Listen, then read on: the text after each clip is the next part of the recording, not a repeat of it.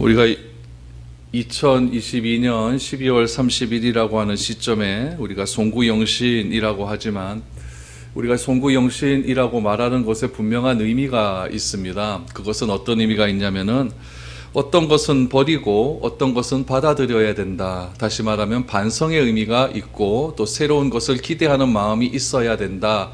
라고 하는 것이 우리에게 충족될 때 송구영신이라고 하는 의미가 분명히 있습니다.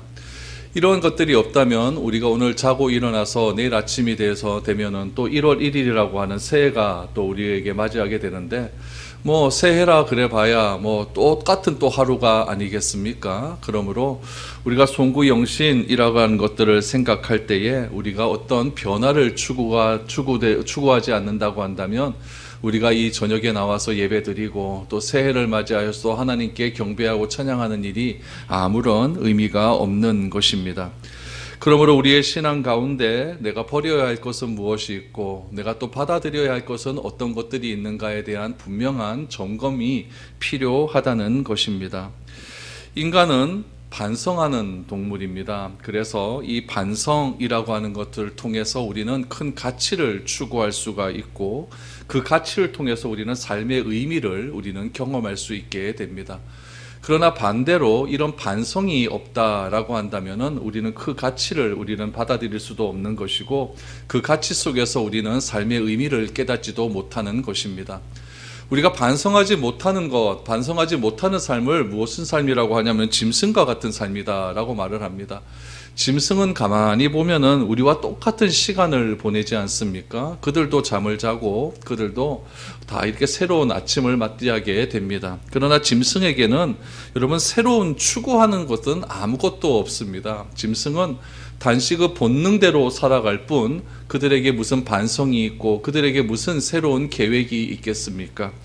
그러나 하나님께서는 우리에게 은혜를 베풀어 주시고 우리를 사랑하는 그런 마음이 크시기에 자신을 사랑할 수 있는 형상대로 또한 하나님의 형상대로 우리를 창조해 주셨고 그 창조함 속에서 우리에게 자유의지를 허락하여 주시어서 우리가 스스로 반성할 수 있는 그런 마음을 주시고 이 반성함을 통해 우리가 새로운 계획과 새로운 출발을 할 수 있도록 은혜를 베풀어 주신 것입니다. 그래서 하나님께서는 우리 말씀을 통해서 일어나라 빛을 발하라 라고 말씀하시면서 새로운 날 새로운 해가 밝았을 때에 우리가 그 자리에 주저앉고 있는 것이 아니라 새롭게 출발할 수 있는 그런 은혜들을 우리에게 허락하여 주신 것입니다. 오늘 본문 말씀을 통하여서 우리가 어떻게 반성하고 있고 우리가 무엇을 반성해야 되고 우리가 새해를 통해서는 우리가 또 어떤 결단을 가지고 이 시간을 우리 새해를 맞이해야 될지를 우리가 한번 말씀을 통해서 한번 살펴보았으면 좋겠습니다. 예수님께서 이 땅에 오셨습니다. 왜 오셨을까요? 예수님이 오신 목적은 분명히 있을 것입니다. 예수님께서 십자가에서 죽으시고 부활하셨습니다. 왜 죽으시고 부활하셨을까요? 그것도 분명한 목적이 있겠죠. 이것을 우리가 종합해서 말하면 이렇게 말할 수가 있습니다. 예수님은 분명한 목적이 있는 삶을 사셨다라는 것을 우리는 알게 됩니다. 예수님의 삶을 우리가 되돌아보면 한순간도 목적이 흐트러진 삶을 사신 적은 없었다는 것을 기억하게 됩니다. 예수님께서는 분명한 삶을 사셨습니다. 그러면 예수님께서 왜 이 땅에 오셨을까요? 예수님은 분명히 말씀하십니다. 많은 사람에게 대속물로 주기 위해서 나는 이 땅에 왔다라고 분명히 말씀해 주셨습니다. 왜 십자가를 지셨습니까? 죄인된 인간과 하나님을 화해시키기 위해서 십자가를 지신 겁니다. 왜 화해를 시켜야만 했을까요? 그 화해가 영생과 구원이기 때문에 그렇습니다. 그럼 이 화해로 끝나지 않고 왜 부활하셨을까요? 이 놀라울 소식을 전해야 되는 인간과 하나님이 화해가 되었다고 하는 이 놀라운 소식을 전해야 되는 제자들이 낙심해 있기 때문에 부활하신 것입니다. 그래서 예수님께서는 이 놀라운 소식을 전해야 되는 제자들에게 다시 한번 부르시고 새로운 소망을 허락하여 주시어서 주의 일을 잘 감당할 수 있도록 그렇게 하기 위해서 부활하셨다라는 것을 우리는 기억해야 됩니다. 예수님이 부활하셨습니다. 부활하시고 예수님은 누구를 찾아가십니까? 여러분 같으면 어떤 놀라운 일들이 여러분 가운데 경험되어지고 놀라운 능력이 여러분들에게 경험되어진다면 가장 먼저 찾아가는 사람들은 과연 누구이겠습니까? 그 가장 먼저 찾아가는 사람에게 왜 찾아가십니까? 분명한 이유가 있지 않겠습니까? 예수님도 부활하셨습니다. 부활하시고 가장 먼저 찾아가는 사람이 누구인가? 그것이 예수님의 부활의 목적임을 우리는 알게 됩니다. 여러분, 예수님이 부활하십니다. 누구를 찾아가십니까? 저 같으면은 이 십자가를 계획하고 십자가를 주도했던 대제사장 안나스를 찾아갔을 것입니다. 찾아가서 내가 진짜 부활하지 않았느냐 이렇게 당당하게 선포했을 것 같습니다. 또 예수님은 또 이렇게 했을 수도 있겠죠. 실질적으로 십자가의 선언을 언도했던 빌라도를 찾아가가지고 내가 이렇게 부활했다라고 당당하게 말할 수도 있었을 것입니다. 또 예수님께서는 부활하시고 난 다음에 예수님을 죽여라라고 외쳤던 그 수많은 군중 중에 일부를 찾아가셔서 내가 이렇게 부활하지 않았느냐라고 그렇게 당당하게 말씀을 하셨을 수도 있었을 것 같습니다. 그러나 예수님은 그런 사람들을 찾아가지 않았습니다. 왜 찾아가지 않았을까요? 왜 그들을 찾아가지 않았을까요? 이유는 분명합니다. 예수님께서 부활하신 이후에 누구를 만나고 누구를 찾아가셨고 그 찾아가신 사람들에게 어떤 이야기를 했는가가 예수님께서 이 땅에 오신 목적이고 부활하신 목적이기 때문에 그렇다는 이야기입니다. 그래서 우리가 오늘 본문의 말씀, 예수님께서 부활하신 이후에 누구를 찾아가셨고 그 찾아간 사람에게 어떤 말씀을 하셨는가, 그것에 우리가 집중을 하면은 우리가 예수님께서 이 땅에 오신 목적이 무엇인지를 우리는 분명하게 알 수 있을 것이고 그 목적대로 우리를 부르셨다라고 하는 그 소명을 다시 한번 회복할 수 있다는 이야기입니다. 예수님은 부활하신 후에 안나스를 찾아가지도 않고 빌라도를 찾아가지도 않고 수많은 무리들을 찾아가지도 않았습니다. 누구를 찾아가십니까? 제자들을 찾아가십니다. 예수님은 이 세상의 모든 사람을 사랑하셨습니다. 그래서 요한복음 3장 16절에 보시면은 하나님이 세상을 이처럼 사랑하사라고 말씀하시면서 그 세상의 범위가 하나님께서 창조하신 모든 피조물을 그렇게 말씀해 주셨습니다. 예수님은 분명히 모든 사람을 사랑하셨습니다. 예수님은 모든 사람에게 영향을 끼쳤다는 사실은 분명한 사실입니다. 그러나 예수님은 모든 사람을 사랑하셨지만 특별히 12 제자에게 집중하셨다라는 사실을 우리는 기억을 해야 됩니다. 많은 무리와 많은 군중들이 자신을 따를 때에도 예수님께서는 한 사람에게 집중을 해 주셨습니다. 예수님은 사마리아 여인 한 사람을 집중하기 위해서 많은 사람들이 가기 싫어하는 그 사마리아 땅을 지나가십니다. 예수님께서는 38년 된 병자 한 사람에게 집중을 하셨고 자신의 옷자락을 붙잡는 한 여인의 그 부르짖음을 절대 외면하지 않았다는 사실입니다. 예수님은 많은 무리를 사랑하셨지만 소수에 집중하십니다. 예수님은 많은 무리를 사랑하셨지만 12 제자에게 집중하셨고 그 12 제자를 사랑하셔서 부르셨지만 특별히 3명의 제자를 또 특별히 집중해 보셨다는 사실입니다. 그렇다면 우리도 우리의 삶을 살아감에 있어서 무엇인가 집중하는 것이 있어야 된다라는 것을 예수님은 우리에게 분명히 말씀하고 있는 것이죠. 무리와 환호성에 내 모든 삶을 빼앗길 필요도 없는 것이고 수많은 숫자에 내가 효용될 필요도 없는 것이고 우리가 무엇에 집중하는 삶을 살아야 하는가, 그것이 바로 오늘 예수님께서 많은 사람을 사랑하셨지만 12 제자를 사랑하셨고 12 제자를 특별히 사랑하셨지만 3명의 제자에게 집중하셨다는 사실을 우리는 기억을 해야 됩니다. 하나님은 한 사람 아브라함의 믿음을 통하여서 그 믿음의 길을 출발점으로 삼아 주셨고 한 사람의 순종하심을 통하여서 그 한 사람을 통하여 온 인류를 위한 구원의 길을 허락하신 것입니다. 오늘 본문의 말씀은 마태가 기록한 마지막 결론 부분에 대한 말씀이지만 이 결론 부분에 대한 말씀은 예수님께서 십자가를 지시고 부활하신 이후에 마지막으로 예수님께서 제자들에게 하신 말씀이라는 사실에 우리는 집중을 해야 됩니다. 이 말씀을 정확하게 이해한다고 한다면 예수님께서 마태에게 하신 또 제자들에게 하신 그 말씀을 우리가 정확하게 이해한다고 한다면 예수님께서 우리에게 하신 그 말씀도 왜 우리를 부르셨는가라고 하는 그 말씀도 우리는 정확하게 발견할 수 있다는 사실입니다. 그럼 왜 예수님께서 마지막 말씀을 수많은 마지막 말씀 중에서 이 말씀에 그렇게 집중하시고 강조점을 두셨을까요? 오늘 그 이유를 한번 여러분들과 한번 살펴보면서 올 한 해 우리가 살아가면서 어떠한 마음가짐으로 살아가야 하는지를 다시 한번 생각할 수 있는 시간이 될 수 있기를 바랍니다. 16절 말씀을 보시죠. 11제자가 갈릴리에 가서 예수께서 지시한 산에 이르러 라고 말합니다. 제자들이 어디로 갔습니까? 우리 같으면 예루살렘으로 갈 것 같은데 갈릴리로 갑니다. 왜 성전이 있는 예루살렘으로 가지 않고, 왜 성전이 있는 예루살렘에서 제자들을 만나지 않고 갈릴리로 갔을까요? 여러분, 십자가에서 예수님께서 십자가에서 죽으시는 그 순간 성전에서 놀라운 일이 일어납니다. 어떤 일이 일어났냐면은 위에서 아래로 휘장이 찢어졌습니다. 하나님과 인간을 가로막았던 휘장이 찢어졌습니다. 휘장이 찢어졌다라고 하는 것은 무엇을 의미하냐면은 더 이상 제물과 제사에 의한 죄 씻음의 의식은 이제는 다 무너졌다라고 하는 것을 상징적으로 보여주는 그런 행위입니다. 그렇다면은 예수님께서 그 휘장이 찢어진 그 자리에 나타나셔서 제자들을 모으시고 이제는 모든 성전 중심의 모든 죄 씻음의 형식적인 그런 것들이 다 끝나고 나의 십자가의 능력을 통하여서 죄 씻음이 이루어졌다라고 하는 사실을 성전에서 그렇게 말씀하셨다면 얼마나 사람들이 구름대처럼 몰려왔을까요? 저는 그렇게 생각이 됩니다. 그러나 예수님께서는 그런 것들을 가지고 예수님께서는 자신을 드러내지 않았다라는 것이죠. 얼마나 그곳에서 그렇게 말씀하셨다면 극적인 상황들이 연출이 되었겠습니까? 그러나 예수님께서는 그런 방법을 사용하지 않으시고 제자들을 향하여 어디로 부르시냐면은 갈릴리에서 우리가 만나자라고 말씀을 하셨습니다. 왜 갈릴리로 예수님께서 제자들을 부르셨을까요? 이유는 한 가지입니다. 갈릴리는 제자들이 처음 예수님의 부르심을 받은 곳이기 때문에 그렇습니다.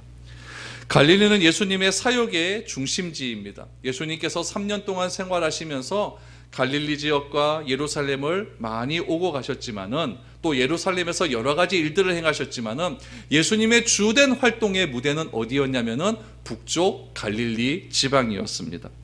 갈릴리에 가면 가버나움이라는 곳이 있습니다. 가나라고 하는 곳도 있죠. 벳세다라고 하는 곳도 있습니다. 여러분 많이 들어보지 않았습니까? 그런 곳에서 예수님과 제자들은 그들이 3년 동안 다녔던 수많은 흔적들을 제자들은 기억할 수 있었던 곳이었습니다. 제자들과의 추억이 있는 곳이 갈릴리 지방이었고 기적을 통해서 흥분과 감동을 경험했던 곳이 갈릴리 지방이었습니다. 그 추억이 담긴 그 장소, 예수님께서 제자들을 처음 불렀던 그 장소로 예수님은 제자들을 부르신 것입니다. 갈릴리에서 처음 예수님으로부터 부름받았던 제자들은 십자가에서 예수님이 돌아가시는 것을 보고 그들에게 임한 제일 먼저 들었던 감정은 무엇이었냐면은 두려움이라고 하는 감정이었습니다. 그래서 자기들도 예수님과 다녔던 것들을 사람들이 알까봐 그들은 다 고향으로 도망가서 그렇게 문을 걸어 잠그고 숨어 있는 그런 제자들의 모습을 우리는 성경을 통해서 발견할 수 있습니다. 3년간 다녔는데 두려워서 다 제자들이 흩어졌다라고 하는 사실은 다시 말하면 무슨 사실이냐면 그들은 실패했다라는 사실이겠죠. 그런데 예수님은 실패한 제자들을 외면하지 않으시고 다시 갈릴리로 찾아오셨다라는 사실에서 저는 너무나 큰 위로함을 받습니다. 여러분 2022년 여러분들은 얼마나 많은 실패를 경험했습니까? 저도 가만히 생각해 보니까 참 많은 실패를 경험했습니다. 사람들은 실패한 사람들을 별로 좋아하지 않습니다. 성공한 사람들을 좋아하지 실패한 사람들을 다시 찾아가서 다시 기회를 주려고 하는 것이 이 세상에 주려고 하는 것은 여러분 이 세상에서 찾아보기 힘든 그런 일들입니다. 그러나 예수님께서는 실패한 사람들을 다시 찾아가십니다. 특별히 실패해서 자기를 부인하고 내가 언제 예수님을 따라다녔냐라고 말했던 그런 제자들 한 사람 한 사람들을 기억하시고 다시 그곳으로 찾아가셨다는 사실입니다. 주님은 우리 첫사랑을 나누었던 그곳으로 우리도 찾아오신다는 사실을 꼭 기억하시기를 바랍니다. 지난 시간 동안 내가 무엇을 했는지가 중요한 것이 아닙니다. 지난 과거에 내가 어떤 삶을 살았는지 그것이 중요한 것이 아닙니다. 제자를 다시 예수님께서 부르실 때에 실패하고 좌절하고 두려움에 떨었던 그들을 다시 찾아오신 그 예수님, 그 예수님은 우리도 실패하고 두려워하고 좌절했던 우리를 찾아오실 수 있는 분이라는 사실을 꼭 기억하시기를 바랍니다. 그래서 예수님께서는 실패한 나를 찾아오셔서 새로운 소명을 주시고 새로운 사명을 주시고 새로 다시 일어날 수 있는 힘과 능력을 그렇게 주신다는 사실입니다. 그렇다면 예수님께서 제자들을 갈릴리로 부르셨다라고 한다면 우리의 영적인 갈릴리는 과연 어디가 되어야 할까요? 저는 그 영적인 갈릴리가 여러분들의 일터가 될 수 있기를 축복합니다. 저는 영적인 갈릴리가 이 예배당이 될 수 있기를 바라고 영적인 갈릴리가 여러분들의 가정이 될 수 있기를 바랍니다. 그곳에서 우리를 실패한 그곳에서 우리를 부르시는 그 예수님의 부르심을 여러분 들을 수 있기를 바랍니다. 그럴 때 우리는 다시 한번 회복의 길로 걸어갈 수 있다는 이야기죠. 오늘 16절 말씀을 다시 한번 보시면은 11제자가 라고 말을 합니다. 12명의 제자였는데 지금은 11명의 제자밖에 남지 않았습니다. 여러분 12명의 제자는 우리 모두의 모습과도 같습니다. 여러분 어떤 사람들은 예수님을 다 믿는다고 해놓고도 여러분 중간에 빠져나가는 사람들이 얼마나 많이 있습니까? 나는 예수님을 믿지 않겠다라고 떠난 사람들이 얼마나 많이 있습니까? 그런 사람이 가룟 유다와 같은 그런 사람들 아니겠습니까? 또 11명의 제자들 속에서 그런 제자들의 면면을 살펴보면은 다 우리와 똑같은 사람들입니다. 어떤 사람은 성격이 급하고 어떤 사람은 누가와 같이 꼼꼼한 사람도 있고 어떤 사람은 레위와 같이 그렇게 국가에 충성했던 그런 반역자들도 있었고 어떤 사람은 갈릴리 어부에서 천한 사람을 직업을 가졌던 그런 사람도 있다는 이야기죠. 예수님의 12명의 제자는 누구를 상징합니까? 바로 우리들의 모습, 우리를 상징한다는 이야기예요. 그 12명의 제자들을 예수님께서는 불러 모아놓고 그 다양성 속에서 한 가지의 목적을 놓고 그렇게 하나 되며 살아가기를 원하셨다는 이야기죠. 그런데 가룟 유다는 왜 실패했을까요? 가룟 유다가 실패해서 오늘 본문 말씀에 11명의 제자만 등장한 이유는 무엇일까요? 여러분 가룟 유다는 너무 잘나서 그렇습니다. 아는 것이 너무 많아서 그렇습니다. 그래서 계산합니다. 그러다 보니 주님의 말씀에 집중을 하지 못합니다. 집중하지 못하니까 주님의 말씀도 들어지가 않고 계산하고 따지다 보니까 말씀이 들어오지 못하고 결국 가룟 유다는 실패의 길로 걸어간 것 아니겠습니까? 바라기는 이곳에서 예배드리는 모든 분들은 실족하는 사람들이 없기를 바랍니다. 예수님께서 실족했다고 그를 가만히 두십니까? 그를 버리십니까? 그렇지 않습니다. 가룟 유다를 향하여서 얼마나 다시 회복하고 돌아올 수 있는 기회를 얼마나 많이 주셨습니까? 그럼에도 불구하고 가룟 유다는 무엇을 선택합니까? 어둠의 길을 선택합니다. 회복할 수 있는 기회를 주셨음에도 불구하고 그 기회를 붙들지 못하고 성경을 보니까 그는 어둠으로 들어갔다라고 말을 합니다. 결국 가룟 유다에 가는 길은 결과는 무엇이었느냐? 시작은 좋았지만 마무리가 좋지 않은 어둠의 길로 갈 수밖에 없었다라는 이야기죠. 결국 회복할 수 있는 기회를 거둬차고 어둠으로 가게 된 것, 그것이 가룟 유다의 마지막 길이었습니다. 우리는 시작을 다 잘한 사람들이었습니다. 주님의 부름에 다 응답한 사람이었습니다. 그러나 그 부름에 응답하는 그런 삶의 길을 걸어가면서도 우리는 때로는 좌절하고 실패하고 넘어지고 그렇게 자빠질 수밖에 없는 그런 존재들이었지만 주님께서 다 우리를 다 한 사람 한 사람 붙들어 주시어서 오늘 이 시간까지 여러분들을 존재케 하신 것은 내가 잘나서 그런 것이 아니라 전적인 하나님의 은혜였다는 사실을 꼭 기억할 수 있기를 바랍니다. 이처럼 예수님의 12제자 중에 한 명은 배신하여 떠나갔고 11명의 제자가 갈릴리에 가서 예수님께서 지시한 산에 이르게 되었다라고 말씀합니다. 산에서 예수님과 어떤 일들이 있게 되었을까요? 17절을 보십시오. 예수를 배웠고 경배하나 아직도 의심하는 사람들이 있더라 라고 말합니다. 여러분 우리가 주님을 만나게 되면 나오는 첫 번째 반응은 무엇이냐면은 경배하는 것입니다. 경배하다라고 하는 것은 예배하다라는 뜻입니다. 경배하다의 원래의 뜻은 무엇이냐면은 이마가 땅에 닿는 것, 그것을 경배하다라는 것이죠. 이마를 어떻게 땅에 닿을 수가 있을까요? 내가 무릎을 꿇지 않으면 이마가 땅에 닿지가 않습니다. 그래서 그 당시에 경배의 대상은 누구였냐면은 전쟁을 합니다. 전쟁을 하다가 전쟁에 패배한 국가의 사람들이 포로가 되지 않습니까? 포로가 되면은 포로로 잡혀와서 제일 먼저 하는 일은 무엇이냐면은 승리한 국가의 왕 앞에서 경배하는 일입니다. 승리한 국가의 앞에서 내 이마가 땅바닥에 닿도록 그렇게 고개를 숙이는 그런 일이 경배하다라는 이야기죠. 그럼 오늘 본문에서 제자들이 예수님을 배웠고 첫 번째 한 것은 무엇이었느냐? 경배하는 일이었습니다. 이마가 땅바닥에 닿도록 경배하는 일이었습니다. 오늘 우리로 말하면은 예배드리는 일이었다라는 것이죠. 그런데 17절 말씀에 보니까 이상한 일이 벌어집니다. 경배하나 아직도 의심하는 자가 있더라라고 그렇게 말을 하고 있습니다. 여러분, 11제자가 부활하신 예수님을 보고도 의심하는데 그들을 따라 버리지 않고 예수님께서 그들을 찾아오셨다는 이야기죠. 여러분, 복음이 뭐 다른 게 복음입니까? 나 같은 죄인을 버리지 않고 찾아오신 것이 복음 아니겠습니까? 제자들은 아직도 주님 앞에 나와서 예배하고 경배하지만 그들은 의심하고 있었습니다. 그것을 아심에도 불구하고 예수님은 그들을 찾아오셨다는 이야기죠. 우리가 완전하게 믿지 못하지만 늘 언제나 곁에 서서 임마누엘로 계셔서 우리를 믿음의 길로 인도하시는 것이 복음이고, 우리는 불완전한 존재이지만 그런 나 같은 사람들을 버리지 않고 나를 찾아오시는 것이 바로 복음이라는 사실을 우리는 늘 기억해야 되는 것입니다. 2023년 이런 축복이 우리 가운데 넘쳐나야 될 것 아니겠습니까? 늘 언제나 나를 찾아오시는 하나님, 그 찾아오시는 하나님을 내가 버리는 것이 아니라, 거부하는 것이 아니라 그 하나님과 내가 손을 잡고 함께 걸어가는 삶, 그것이야말로 이 세상에 우리가 살아가는 존재의 이유이고 나를 먼저 불러주신 그 주님의 놀라운 은혜라는 사실을 기억하시기를 바랍니다. 여러분, 17절에서 한 가지 더 생각해야 될 것은 무엇이냐면은 그들이 경배하지만 뭐 했다? 의심했다가 중요합니다. 여러분, 내가 의심합니다. 의심하면 결과가 무엇이 되느냐? 믿어지지가 않습니다. 그러면 주님께 솔직하게 고백하시기를 바랍니다. 주님, 내가 성경 말씀을 읽고 설교 말씀을 듣는데 이거는 잘 안 믿어집니다. 이렇게 솔직하게 고백하면 됩니다. 고백하면 주님께서 우리에게 믿음을 더해 주십니다. 중요한 건 무엇이냐면 주님 앞에 솔직하게 고백하는 겁니다. 여러분, 10년 믿은 사람도 여러분 안 믿어질 수가 있습니다.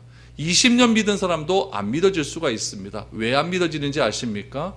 오늘 주님의 제자들은 3년 동안 주님을 봤지 않습니까? 부활하신 주님이 자기 앞에 있지 않습니까? 봐도 못 믿는데 우리는 못 보고 어떻게 믿는 거, 그것이 놀라운 기적 아닐까요? 그러니까 안 믿어지는 것이 너무나 당연한 겁니다. 너무나 당연한 거예요. 그럼에도 불구하고 내가 그분을 믿고 있다라고 하는 것은 이건 기적에 가까운 것이죠. 그래서 하나님께 감사하는 겁니다. 주님의 제자들은 주님과 3년을 다녔음에도 불구하고, 죽었다가 다시 살아나신 그 주님을 다시 보았음에도 불구하고, 보았지만 그분 앞에서 예배하고 경배했음에도 불구하고 주님을 믿지 않고 의심하는 사람이 있었다라는 거죠. 오늘 이 자리에도 그런 분이 있을 수도 있죠. 예배하지만 난 그건 못 믿겠어. 주님의 떡과 잔은 받지만은 이게 무슨 의미가 있을까? 내가 의심할 수도 있는 거예요. 당연하죠. 의심할 수 있습니다. 그러나 그 의심을, 여러분, 그 믿음 없음을 내가 부끄럽다 여기지 마시고, 나는 왜 이럴까? 나에게는 왜 이런 믿음이 찾아오지 않을까? 의심하지 마시고 주님 앞에 솔직하게 고백하면 됩니다. 그러면은 주님은 두 가지로 응답해 주십니다. 첫 번째, 즉각적으로 응답해 주실 경우가 있어요. 바울처럼. 바울이 의심하지 않았습니까? 어떻게 예수가 그리스도일 수가 있느냐? 그렇지만 예수님께서, 부활하신 예수님께서 다메섹으로 가는 그 길에서 만나 주심으로 바울이 한순간에 변화되지 않습니까? 그렇게 되는 경우도 있고, 또 하나의 경우는 시간이 꽤 오래 걸리는 경우가 있습니다. 아브라함 같은 경우는 몇 년이 걸렸습니까? 25년이 걸립니다. 25년이 걸려요. 아브라함을 불러서 너 내가 지시한 땅으로 가라 그랬더니 아브라함이 갑니까? 안 갑니다. 하란에 딱 멈춰서서 하란에서 버티지 않습니까? 그러다가 가나안 땅으로 가지 않습니까? 가나안 땅에 가서 조금 밥벌어 먹고 살기 힘들어 보니까 어디로 갑니까? 애굽으로 도망을 갑니다. 애굽으로 도망갔다 자기 마누라 죽을 뻔한 고생을 하고 다시 가나안 땅으로 들어왔다가 아들 준다고 해놓고 왜 안 주십니까? 라고 그러다가 막 자기 하인이, 여종이, 자기 와이프가 여종하고 같이 하룻밤 자라 그래서 자다가 또 애 하나 낳고 이것이 내 아들입니까? 이런 식으로 말을 하고 결국 그게 시간이 끈 게 25년 아닙니까? 그래서 아들 하나 줬더니 그 아들이 어느 정도 자란 다음에 하나님 갑자기 그 아들을 다시 내놓으라고 이야기합니다. 아브라함이 그 아들을 진짜 하나님께 드립니다. 들여서 칼을 들고 죽이려고 했었을 때 하나님께서 무엇이라고 합니까? 창세기 22장에 보니까 내가 내 아들도 나를 위하여 드린 것을 보고 내 믿음이 무엇인지 내가 알겠다라고 말하지 않습니까? 아브라함이 믿음이 성숙되어지기까지 그 시간이 얼마나 많은 시간이 걸립니까? 그러면은 하나님께서 아브라함을 부르시는 그 순간에 아브라함의 믿음이 확 들어왔습니까? 아닙니다. 아닙니다. 중요한 건 무엇이냐면은 긴 시간 동안 나에게 믿음이 들어오지 않을 수 있지만 하나님은 아브라함을 포기하지 않았다라는 사실이 중요한 거죠.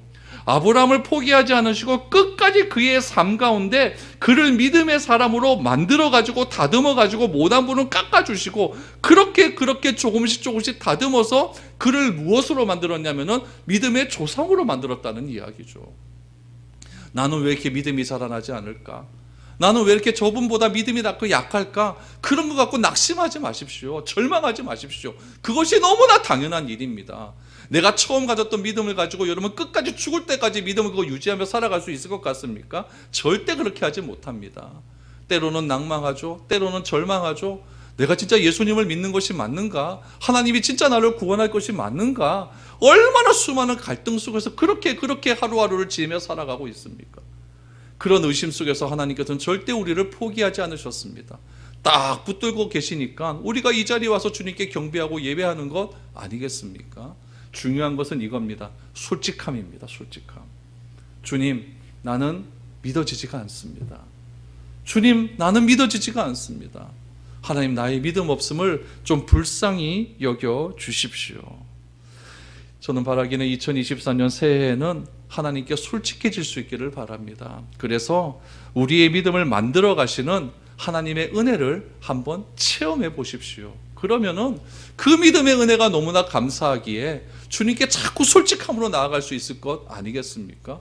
모세의 위대함이 그것 아니겠습니까? 주님, 하나님, 나는 그거 못 믿겠습니다. 왜 하필이면 납니까? 솔직하게 이야기하잖아요. 그러니까 하나님께서 모세를 그렇게 다듬어 가셔서 결국은 지도자로 만들어 주시는 것 아니겠습니까? 저의 삶이나 여러분의 삶이나 다 그렇게 다듬어 가셔서 오늘에 이르게 하시는 그 하나님, 여러분 삶의 평생 동안 그렇게 다듬어 가시는 하나님을 경험하는 것, 그것이 바로 우리의 신앙함의 능력이다라는 것을 꼭 기억할 수 있기를 바랍니다. 주님께서는 제자를 부르십니다. 갈릴리로 부르셨어요. 처음 불렀던 그 자리로 불러주셨어요. 제자들은 주님 앞에 예배하지만 의심하는 사람도 있었어요. 꼭 우리 같지 않습니까? 그런 제자들에게 주님께서는 위대한 명령을 내리십니다. 어떤 명령을 내리실까요? 18절을 보십시오. 예수께 나와 말씀하여 이르시되 하늘과 땅의 모든 권세를 내게 주셨으니 라고 말합니다. 예수님께서는 땅의 권세를 가지고 이 땅에 오셨습니다. 여러분, 땅의 권세가 우리 눈앞에 펼쳐지는 것을 우리는 무엇이라고 불렀냐면은 기적이다라고 불렀습니다. 예수님께서는 그것이 전혀 기적이 아니었죠. 그러나 우리의 눈에 보기에는 그것이 기적이에요. 그래서 예수님은 자신에게 어떤 권세가 있다고 말씀하시냐면은 땅의 모든 권세가 있다라고 말씀하십니다. 여러분, 가나의 혼인잔치의 비유를 통해서 물이 여러분 포도주로 변합니다. 이것은 세상에서 있을 수가 없는 일이에요. 물고기 2마리와 보리떡 5개를 가지고 5,000명을 먹이십니다. 이것이 어떻게 경험될 수 있는 일이겠습니까? 풍랑이는 바다에서 바다야 잠잠하라 이 한마디에 자연이 주님 앞에 무릎을 꿇는 그런 일들이 일어나게 됩니다. 그러나 사람들은 그것을 가리켜서 어떻게 이런 일이 일어났는가 기적이라 이야기하지만 그것은 기적이 아니라 예수님께서 손수 가지고 있는 땅의 권세를 사람들 앞에서 행하신 것밖에 아닙니다. 그러므로 예수님께서 행하신 모든 일들은 우리 눈에는 놀라는 거지만 예수님의 눈에는 아무것도 놀라운 일이 아니에요. 그냥 일상적으로 하시는 그런 일이에요. 그러나 부활하신 후에는 예수님께서 또 무엇이라고 말씀하시냐면 눈에 보이는 땅의 권세뿐만 아니라 무엇도 있다? 하늘의 권세도 있다라는 이야기예요. 하늘의 권세. 여러분, 하늘의 권세라고 하는 것은 우리 눈에 보이지 않는 권세예요.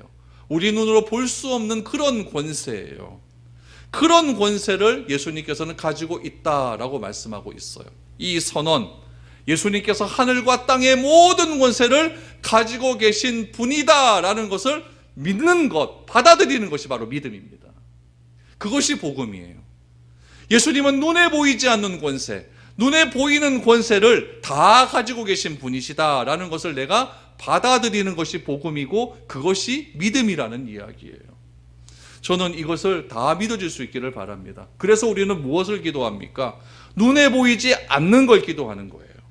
하나님, 내가 저 사람을 오래 좀 전도하고 싶은데, 저 사람을 믿음을 갖고 싶어 하는데, 하나님, 나는 그 사람이 반드시 믿게 될 줄 믿습니다. 보입니까? 안 보입니까? 미래의 일을 우리가 어떻게 합니까? 그러나 믿을 줄 알고 우리가 기도하는 것 아니겠습니까? 그것이 하늘의 권세입니다. 브라질 가봤습니까? 유영신 선교사님 사역하는 곳에 가봤습니까? 저도 못 가봤어요. 그러나 그곳에서 사역하는 놀라운 하나님의 역사가 있는 줄 믿고 우리는 헌신하고 기도하는 것 아니겠습니까? 이것이 하늘의 권세예요. 내가 보이지 않고 내 눈으로는 볼 수도 없고 내 눈으로는 가보지도 못했던 그런 것이지만은 우리 하나님께서 반드시 이루어질 줄 믿고 이루실 줄 믿고 내가 기도하는 것, 그것이 하늘의 권세를 가지신 분을 향하여서 내가 경배하는 이유라는 이야기예요. 예수님은 제자들에게 말합니다. 의심하는 제자들에게 이야기해요. 나는 어떤 분이다. 나는 하늘과 땅의 모든 권세를 가진 사람이다. 가진 능력의 하나님이다. 이것을 선언하고 있는 것입니다. 하늘과 땅의 모든 권세를 내게 주셨으니, 하늘과 땅의 모든 권세를 가지신 그 주님께서 아직 의심하는 제자를 향하여서 한마디를 하십니다. 그 한마디가 어떤 말씀일까요? 바로 19절, 20절 말씀입니다. 그러므로 너희는 가서 모든 민족을 제자로 삼아 아버지와 아들과 성령의 이름으로 세례를 베풀고 내가 너희에게 분부한 모든 것을 가르쳐 지키게 하라. 볼지어다 내가 세상 끝날까지 너희와 항상 함께 있으리라 하시니라 라고 말합니다. 여러분, 주님께서 의심하는 제자입니다. 완전한 제자가 아니에요. 우리는 오해합니다. 이 정도 명령을 받으면 완전히 주님께 헌신하는 사람이겠지. 그게 아니에요. 불완전한 제자예요. 의심했던 제자예요. 주님 부활하신 주님께서 자기 앞에 있음에도 불구하고 의심하는 제자예요. 예배를 드린다고 하면서도 의심하는 제자들이에요. 그 제자를 향하여서 이렇게 위대한 명령을 내립니다. 제자를 향하여서 첫 번째 불러주셨던 그 갈릴리 그 지방에서 또다시 소명을 주십니다. 왜 부활하셨습니까? 주님께서 그들에게 소명을 주시기 위해 부활하신 거예요. 이들이 벌떡 일어나서 새로운 힘을 가지고 가서 주님이 하나님이다, 예수가 그리스도라는 사실을 온 세상에 다니면서 증거해야 되는데 그것이 안 되니까 부활하신 거예요. 우리도 그런 능력이 없으니까 부활의 능력을 우리에게 보여주신 것 아니겠습니까? 새로운 소망을 주시기 위해서 죽음이 끝나는 것이 아니라 새로운 영생의 소망이 있다는 것을 우리에게 보여주시기 위해서 주님은 부활하셨다는 이야기예요. 왜 우리에게 이 말씀을 주십니까? 왜 22년 마지막 날에 또 23년을 시작하는 이 첫 시간에 왜 이 말씀을 주십니까? 이유는 딱 하나입니다. 우리는 의심하지만, 나는 할 수 없다라고 생각하지만 우리에게 할 수 있다라고는 새로운 소명을 주시기 위해서 이 말씀을 주시는 겁니다. 그런데 참 은혜스러운 건 뭐냐면은, 참 위로가 되는 건 뭐냐면은, 제가 만약 예수님이라고 한다면, 제가 예수님은 속 좁은 예수겠죠. 야, 너 베드로, 너 의심하지? 아이고, 넌 좀 빠져라. 요한, 너는 의심하지 않았지? 너는 요 말 들어. 이렇게 좀 구분했을 것 같습니다. 성경에서 참 위로가 되는 건 뭐냐면은, 의심하는 사람을 안 구분하셨다는 게 참 위로가 돼요. 만약 구분하셨다고 한다면 예수님께서 여러분들도 구분하셨겠죠. 넌 저리 가, 저리 가. 근데 예수님은 구분하지 않습니다. 우리 모든 사람에게 얘기합니다. 나의 마음속에 조금 될까? 이런 마음이 있는 그런 분들에게도 예수님은 말씀하고 있습니다. 뭐라고 말씀하실까요? 딱 한마디입니다. 가라! 가라예요, 가라. 딴 거 아닙니다. 가라! 가라 합니다, 가라. 무엇을 가지고 갈까요? 기득권 가졌다면 기득권 놓고 가라. 안주하고 싶은 마음이 있다 하면 그 안주하고 싶은 마음 내려놓고 가라. 이익이 있느냐? 이익을 추구하고 있느냐? 이익을 추구하고 있다면 그 이익 추구하고 있는 마음 놓고 가라. 평안함 다 놓고 가라.